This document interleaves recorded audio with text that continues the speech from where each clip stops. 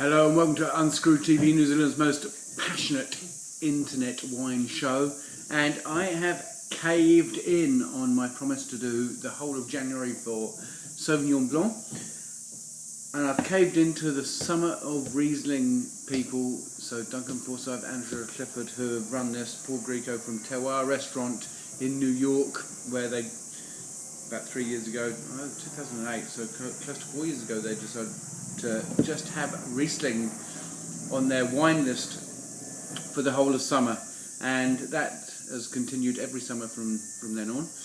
And so I thought I would do this, and I do apologise for the Kiwi FM Radio Whammo show on Friday, where we did a stunning wine, Envoy from Spy Valley Sauvignon Blanc, where most of the video included a bit of music at the start, a bit of conversation, and you couldn't actually see the wine review. So apologies there, not my fault, technical issue, blah blah blah. But this is what I want to talk about.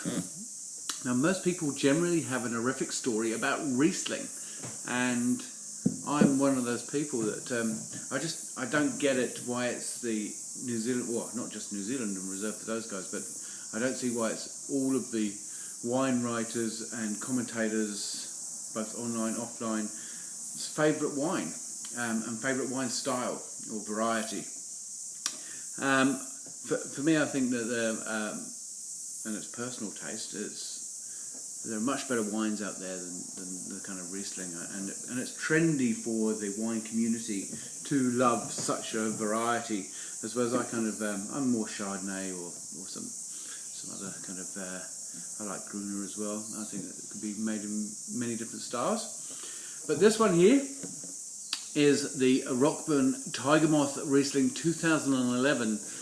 The reason why it's named Doc or Adam, what was his name? Adam Robinson, on a slow day in one of their vintages, was named every single fermentation in the vats after a different military aircraft, and this got Tigermoth, and so they honoured his name and him, obviously a bit quirky, and named this one Tigermoth. It comes from the Packburn vineyard that they own. And one of the interesting things, and this is one of the things that always gets people about Riesling, they never know how sweet or dry it is. So here you've got a scale: dry, medium sweet, sweet. And so I think that whilst we shouldn't presume that the audience and consumers are dumb, some of them do need a little bit of guidance in order to experiment. So I see it as a positive thing, maybe a long-term thing. I'm just not sure. I mean, there's a lot of controversy about kind of in France you get the region's name rather than the grape variety. I kind of like that. I think it adds another layer of mystery to the wine, and we all need that to sell the story of wine, rather than make it just too obvious and a commodity, which ultimately at the end of the day it is. So this is a medium sweet in the Spatless style, as the Germans call it. So for me, this has kind of got a bit of Burbosque Nashy pear going on.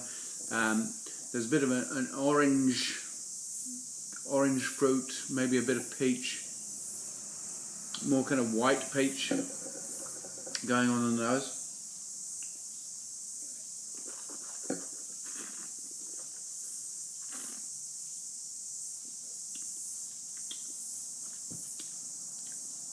And those orangey peachy characters continue right the way through the palate. Big juicy fruit up front. It goes right the way down. You've got a kind of little bit of evidence of acid. It's still quite tight, but it does kind of encase the mouth. I like it. 9% alcohol, so you're not going to get ripped on this kind of unless you drink a lot of wine, which I don't advocate. But you will enjoy it, and it will go maybe an aperitif, a little digestive, something like that. Yeah, I kind of dig it.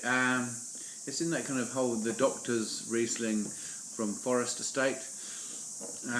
That's probably the pinnacle of that Spattler style. Yeah, I kind of like it. Anyway, I will catch you next time.